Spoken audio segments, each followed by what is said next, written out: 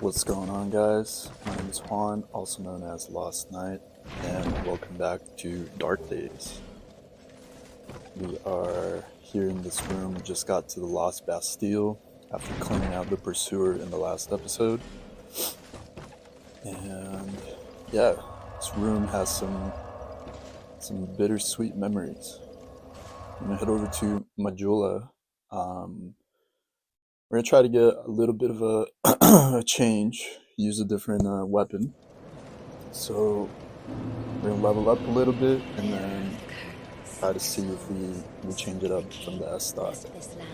No hate to the S stock, definitely has been carrying us through since we got it, but yeah, we want to just add a little bit of variety. Now, adaptability, you can see that I'm taking it all the way to 25, but I don't think we'll do that. But ADP is a stat responsible for your dodge roll. So yeah, Dark Souls 2, pretty experimental.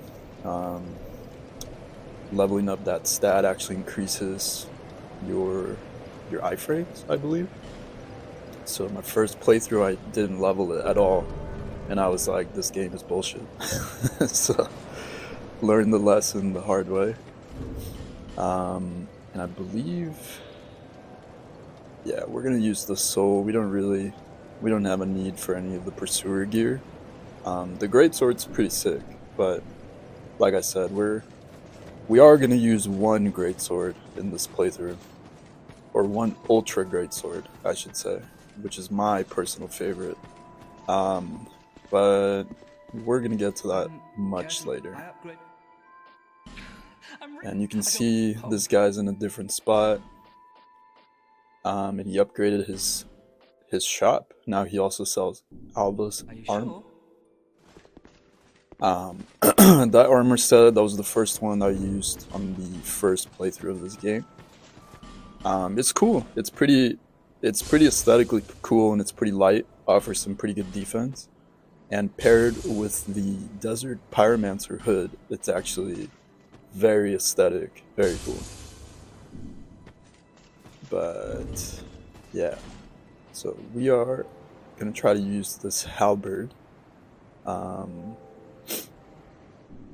Can't one-hand it just yet, but we are gonna get the required stats maybe a little bit.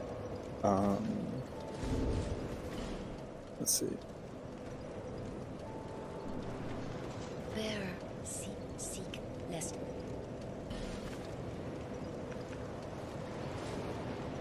And I know, kind of watching me do this housekeeping stuff, it's a little boring. I do want to have most of the playthrough be exactly what I'm doing through the game. Just in case anyone's following it along or struggling with it or whatever. I want you guys to see like exactly what I'm doing. So, excuse me. Gonna get a few of these Titanite shards. We're gonna bump up this halberd. We actually have a large Titanite shard as well, but we'll just +1 this bastard sword for now.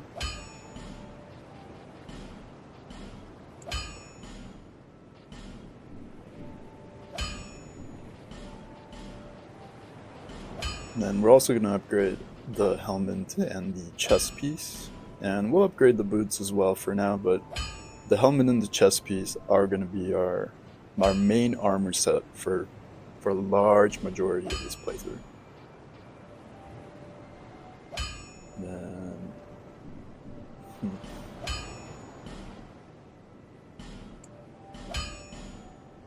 but yeah, so this whole section, Forest of the Fallen Giants, it's actually entirely optional. You don't have to go there if you don't want to. You get the last giant boss fight, which is an optional boss fight, and you also get the Pursuer, which gives you access to the Lost Bastille from the other side, right? But even then, we We don't want to do that ruined sentinel skip or anything like that. We're gonna get through pretty much all the bosses in this game, all the ones that we can. So yeah, we'll try to clear every area, and we can actually still have the buckler and two-hand this halberd. But we're probably gonna try to get some use out of this dual wielding mechanic. I know that you can power stance weapons once you surpass the required stats for both, but yeah, we're just probably gonna have to rock the hood for a little bit.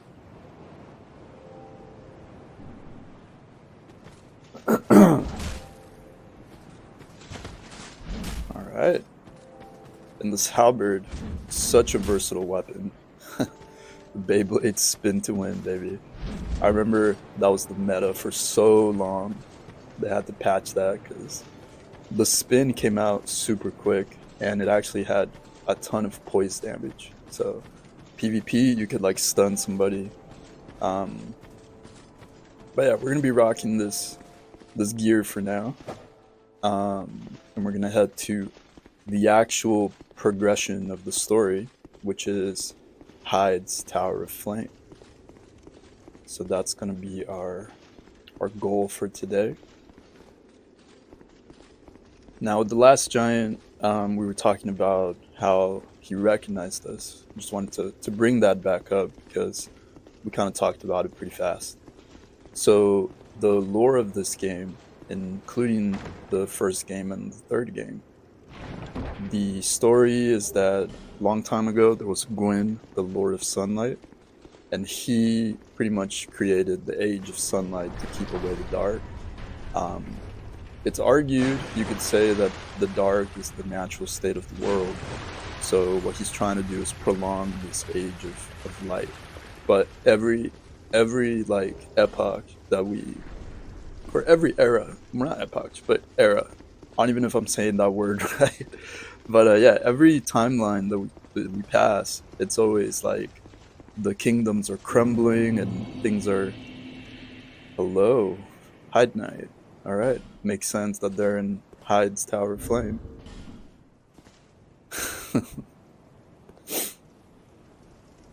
But yeah, so it's weird. It's like you'll hear a lot of NPCs say it, like many kingdoms have risen and fallen on this very spot, and this area is quite literally... Damn, look at that damage.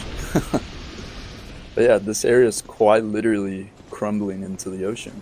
So it kind of goes with that whole vibe, you know. Now, Dark Souls 2, Scholar of the First Sin, I believe the Scholar of the First Sin is Aldia, which is someone we will meet much later. And the first sin that's being referred to is Gwyn, the first Lord of Sunlight from the first game, linking the first flame and pretty much creating the undead curse and the cycle of undeath and bonfires and all that stuff. Now, in the last game in Lordran, we said the flow of time was distorted. So actually, I saw a pretty interesting little post on a forum that Lordran exists in like a warped timeline. So heroes from all over the timeline, I guess, they escape to Lordran, and it's kind of like stuck in time. Like time doesn't really progress in Lordran as much. So you can have heroes from distant ages as well as the future. And we have Marvelous Chester from the first game, who is low-key a Bloodborne like tease, but he's also from a future era, and he traveled back in the past just like us, but he's from much more in the future. So with Dark Souls 2, when we first had that intro cinematic, our character, Bingus over here, he lives from this distant land, and he's being told by this firekeeper that you should go to Drang Lake because what you're seeking with the curse is there. And we noticed that we don't actually travel to Drain Lake. We actually go into this swirling pool of water during this ritual, and it's almost like the reflection in the water shows a city, but the actual, like, above the water, it's just ruins. It's crumbling ruins. So it kind of tells us that this is probably, we are from a different timeline. But just like Lordran, Drang Lake, in this area in particular, Drang Lake or Lordran, or whatever you want to call it, exists in this weird limbo timeline thing. So yeah, super interesting the way that this world design is.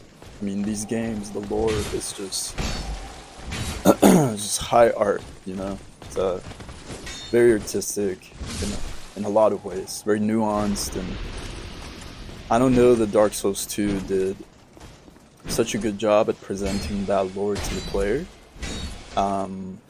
Obviously, Dark Souls in general, they want you to read the item descriptions, and they want you to kind of piece it together yourself.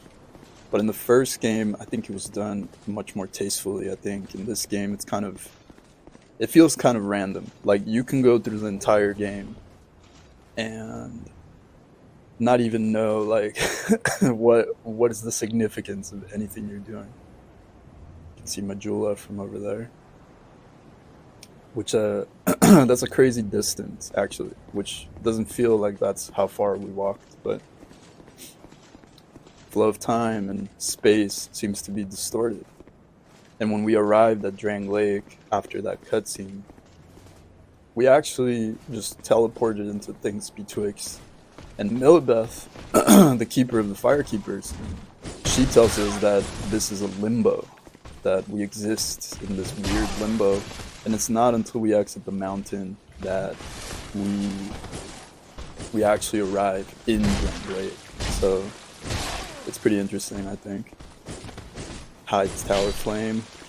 I don't really know the significance of this place, but these Heide Knights used to be scattered throughout the map in the vanilla version.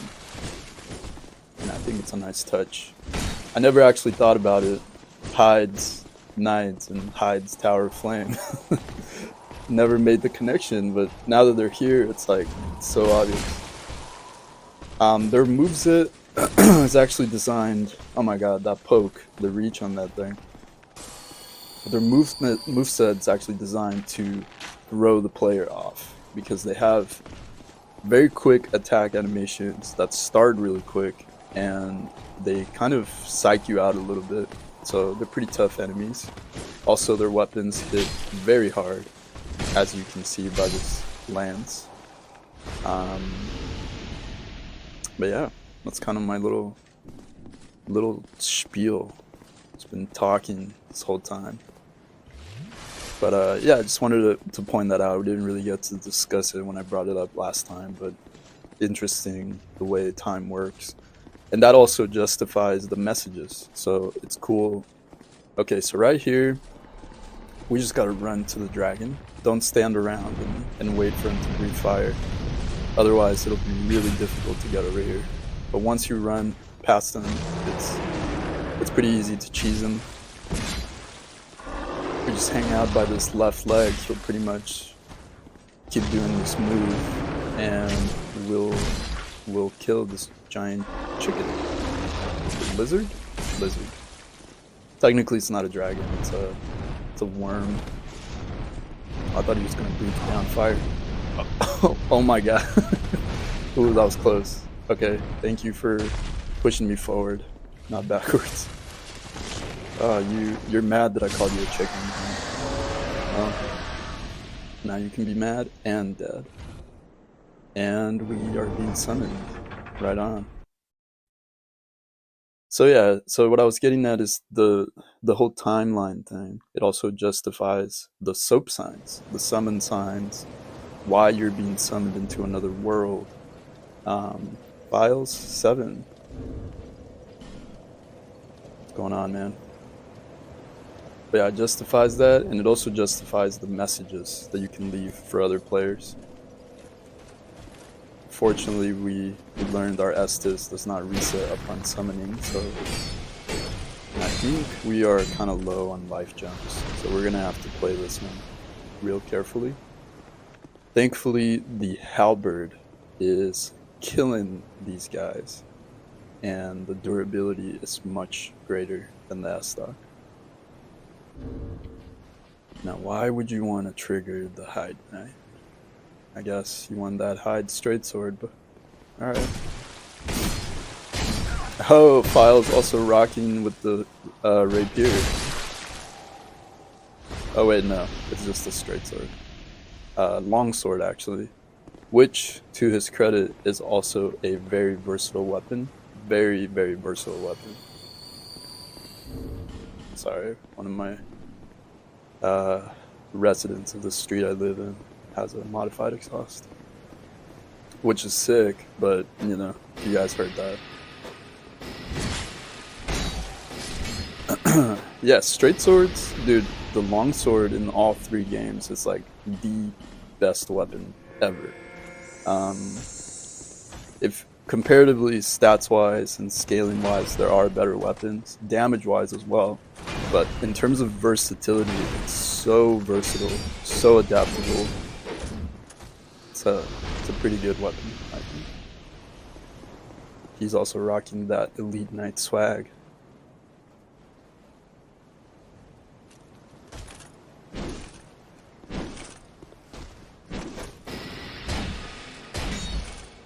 I believe... Ooh, that's right, I forgot these guys do modified damage. Good thing we have this Radiant Life Gem.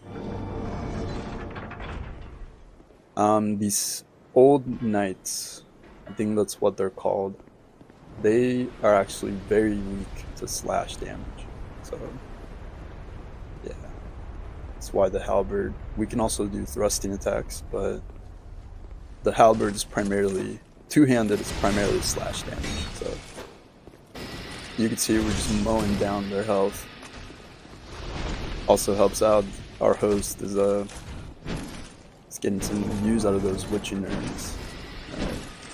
You're gonna handle that guy, so this guy. Oh, I guess they're both coming after me. Pretty popular. And then having a ranged option is key sometimes, I think. Especially if you're not doing the magic or the miracles or the hexes or pyromancies. Damn, a lot of magic options in this game. But yeah, if you're not doing that route, I think just investing in a bow can be pretty useful. And okay, I guess we're going over here. This guy, he's gonna trigger the other. Okay, well. So yeah, some hosts just like to go, like, I feel like when they have a summon, they might feel a bit overconfident, but it's alright. Yo, how many witching urns do you have, bro? Making me do all the work. I am the Phantom, after all. And you can see we are getting tons of souls, which is pretty rad.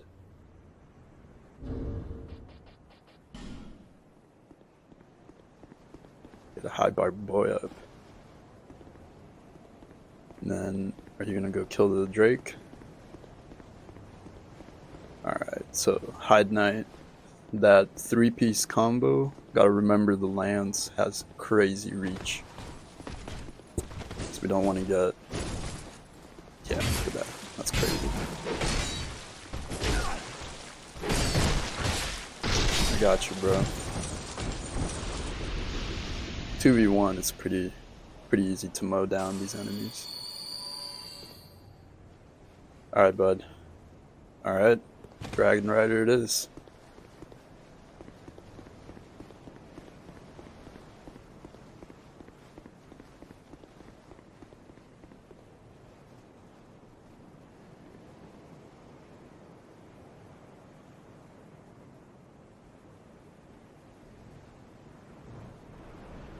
so we'll try to decipher the lore of this game, the story at least, as we play it.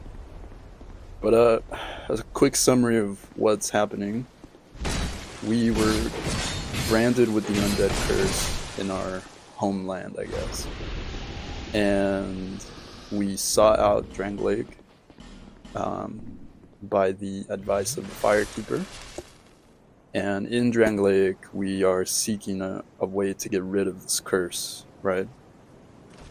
But upon arrival, we are met by 3 Firekeepers that tell us we're not the only one who's ventured here to do this. And we won't be the only one. We definitely won't be the last one. And upon arriving on Majula, we have the Admiral Herald, who tells us that we are the, not the chosen undead, but the bearer of the curse, right?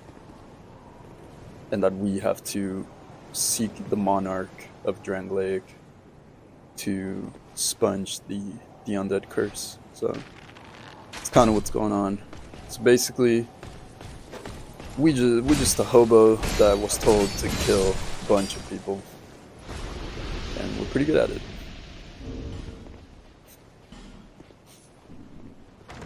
Alright, got a life gem. That's pretty good.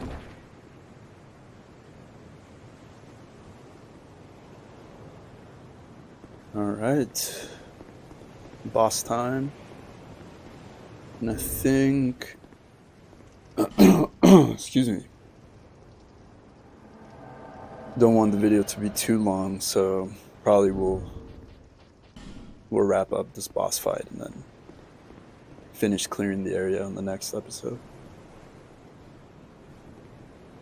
It's waving at the Dragon Rider. I mean, I'd be hella scared if a dude pulled up with 2 ghosts and was about to kill me, and then when he was on my door, he'd start waving at me. I'd be like, what the hell?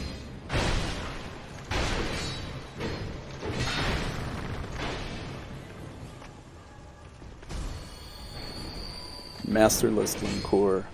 Some of the NPC summons they kind of expand the world a little bit. I think it's cool that he has the Heide set, but he doesn't have the Heide helmet, and he's called Masterless. Probably like a rogue knight from Heide, you know.